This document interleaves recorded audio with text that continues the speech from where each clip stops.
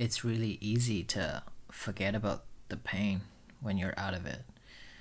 And that's why I wrote everything down here. I wrote all the reasons why I wanted to quit before I quit or in the midst of the pain. And I'm so glad I did, because looking back, there were so many reasons. The list just goes on, but I couldn't remember every single detail. It's like okay, this might be an inappropriate analogy, but you know how like you have period cramps? Maybe you don't, maybe you do. But if you do, you know what I mean. You always forget right after it's gone. Like you're like, I'm good, and then until next month hit, you're like, shit, here we go again. But you never do anything to improve it. Like you never do anything to improve your body, your health, just to make it less miserable. But anyway, before I start sharing all the reasons with you guys, if you want to know why I decided to join in this career in the first place, I did make a video a while back. I can't remember. Just go search it. But basically, I started like this obsession with tiny house, and I was like binge watching YouTube videos online. Just every day I was like, tiny house, tiny house. I want to know how to build it, and it's so cool. And I like the minimalist lifestyle, and I was dreaming about building my own tiny house. And also during the same time period, I read this book written by Andrew Gann. The book is called The War on Normal People. He was talking about how automation took millions of people's jobs, and in the next 5 to 10 years, all the like basic, simple, repetitive jobs will be replaced by robots. And he suggested specifically in the book that young people should probably go to trade school and learn a skill or two, because this kind of specific skill set will be hard to replace by robots. Because imagine, yeah, to design a robot or a machine to fix a pipe or do renovation, that's rather complicated than designing a car to drive itself, right? Anyway, so the order, there's no specific order when I wrote these down. I just like during the last few weeks, I was like, I hate this. Here's another thing I hate. So whenever I thought something, I wrote them down. And I'll start with the first one: irregular eating habits. I don't know if it's just the people I met or if it's just this specific company. The journey person who I work with, I think I work with maybe 3, 4, 5 different lead hands in this company, and they don't eat. And I mean, they don't eat like they're aliens. They're not human beings. I don't know how they're built, but they don't eat anything. I often wonder how they survive. Like it's such a labor intense job, and you don't eat anything during the entire shift. Don't drink. Don't even pee. I mean, are you even human? I don't understand. So when I first started, I was like, okay, I gotta keep my head down, be humble, because I know nothing about this industry. I'm here to learn. I do whatever task they throw at me. I do it, do my best, do my due diligence. You know, so like pretty quick, I picked up this bad habit uh, of skipping meals. I just straight up, I don't eat, because I don't want to be seen as lazy or trying to skip uh, or trying to slack, when because I see if my boss is working and they don't take any break, and I'm taking break and eating, I feel guilty. So I started skipping meals. I end up for a long period of time, I brought juice or milk or yogurt, just any liquid, and because okay, if I'm really hungry, or I bring a cracker or two, just in case I'm starving, because it just keeps me like give me a fake feeling of, oh, I'm not hungry, I'm full, but that's really not healthy, and that really fucked up my stomach. Also, there's no hot food because imagine there's no microwave as we move from different job site to job site. There's never, rarely a homeowner will let you, especially during this time. Like we're in a weird time, but I only started this job when the whole pandemic thing hit, so I don't know how things worked before that, but I don't think so. Yeah, I was taught never touch homeowner stuff, never enter their space, never use their washroom, blah blah blah. So next is weather. This one is pretty obvious. I know there's a lot of reasons here I'm gonna talk about which are pretty obvious, but I'm not trying to making I'm not trying to make excuses. These are my personal experience, and ultimately, all these reasons, whether it's external or internal, ultimately, just hear me out. Just hear me out. So, weather. Obviously, as a carpenter, you work outside mostly, and it doesn't matter what kind of weather it is. I mean, in case of extreme weathers, we get day off. But for the most of the time, if it's raining, you keep working, and I'm like, I'll admit it. It's me. I'm lazy. The most I'll do is just put a raincoat on. I don't wear the what do you call it? Waterproof pants. I don't do that, and I didn't bother to buy a pair of waterproof boots, and so I naturally I got soaked so often, and I got sick, both physically and mentally. Back pain. This one, obviously, I I don't know how to describe it, but it hurts. It fucking hurts, and every month I spend like almost more than half of my disposable income on physio and emotional therapy. I was like, what's the fucking point when I'm spending so much money on fixing myself? Because what I do, it's like, you gotta find a balance, and I don't seem doesn't seem like it doesn't make any economical sense. It just doesn't make any sense at all. Injuries.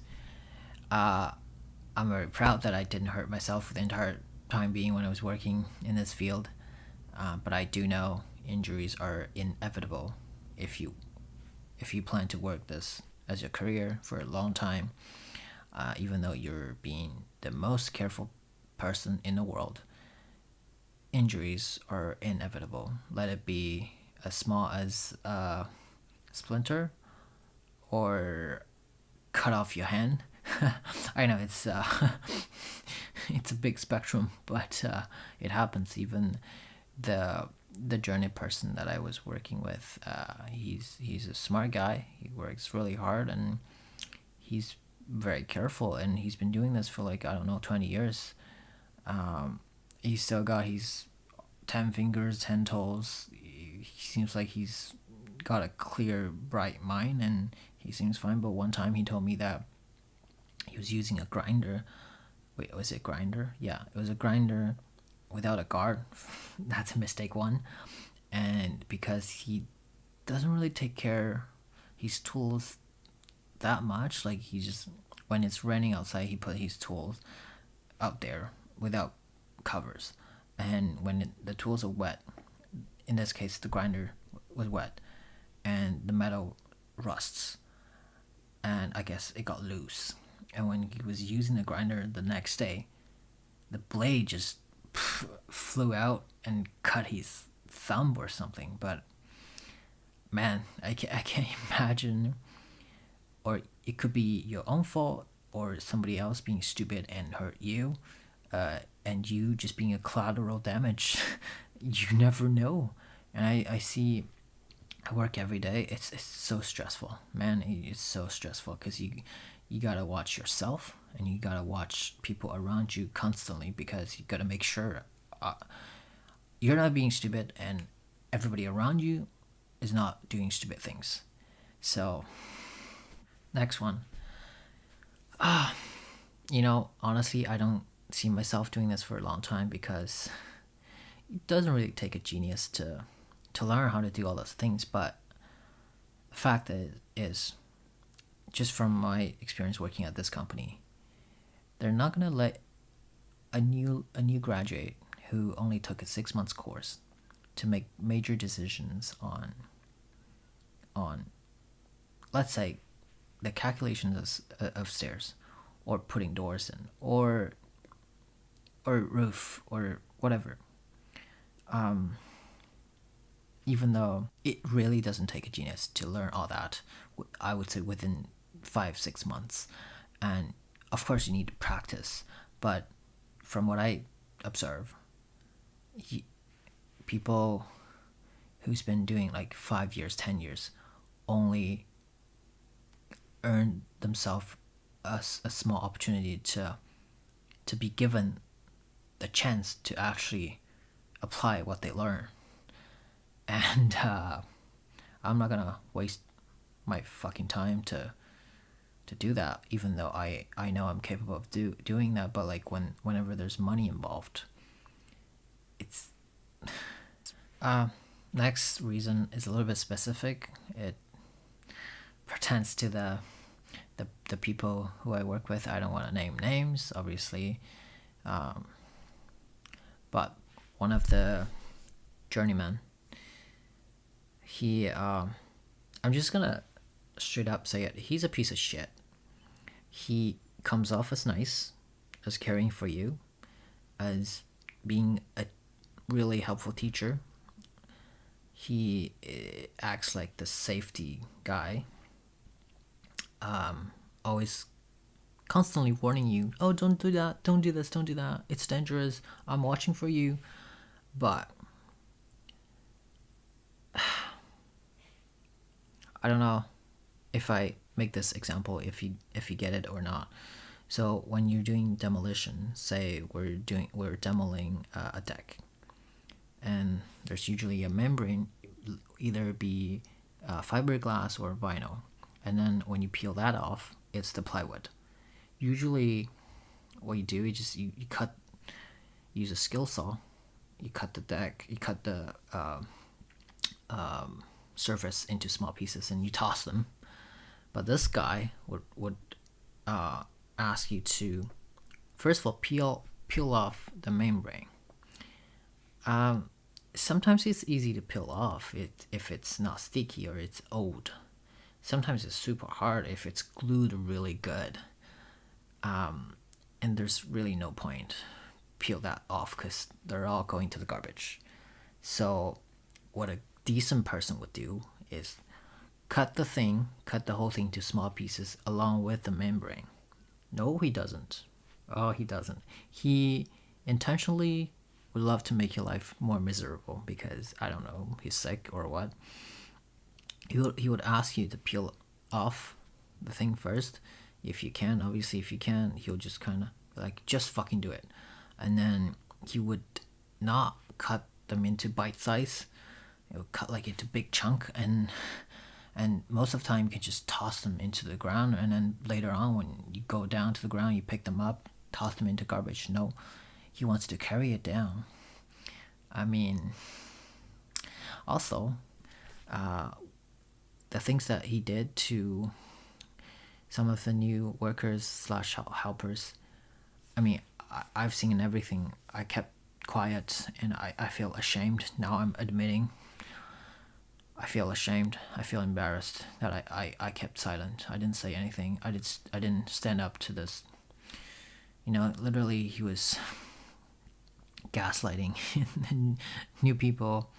Like, for example, in most of the cases are like foreign workers, people who come from different countries, immigrants, doesn't speak English that well. I mean, of course, we all can communicate in English, but when you enter in a new field, like there's new terminologies to learn, and he will become a big jerk. He'll be like, "Do you fucking understand?" He'll be like intentionally ask you to do something, and before you even do it, he's like, I see you over there. You're doing it wrong. I told you not to do that. Now this is 1/8 short. You fucking idiot."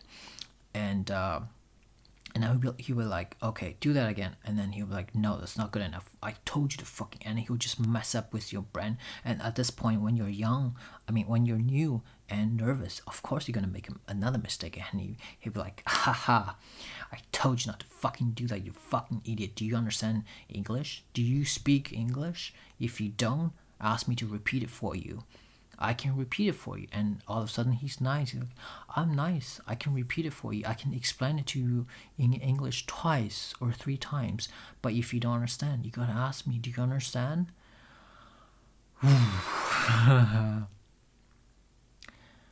Yeah, I feel ashamed that I didn't say anything, because he did the exact same thing to me when I first started working with him. And so much more shit. I don't keep record. I'm not that pathetic, but it's in my head. Yeah. And speaking of low quality people, later on, after, I don't know, maybe 6 months, 7 months in this company, I learned that there's so many ex-cons. I was like, what the where the fuck am I? And how the fuck did I get here? Surrounded by so many fucking low quality people. What am I doing with my life? Yeah, Ron, you want to try out this new thing, you see it as a challenge. And I mean, yeah, but look around. These are not future elites of the society. These are not future doctors or lawyers, and I'm not talking down to workers. Like, there's good construction workers, there's good tradespeople, there's decent people, but I look around, they're fucking shitty people and low quality people who went to jail. Like, I just, I have this thing in mind that you are the average of the 5 people around you. And it's easy when people tell you, "Oh, don't let your environment affect you." Bitch, it's so easy. As a human being, you're so easy to be let down by the people around you, especially people who are close to you, who you spend time with every day. Like, bitch, don't give me that.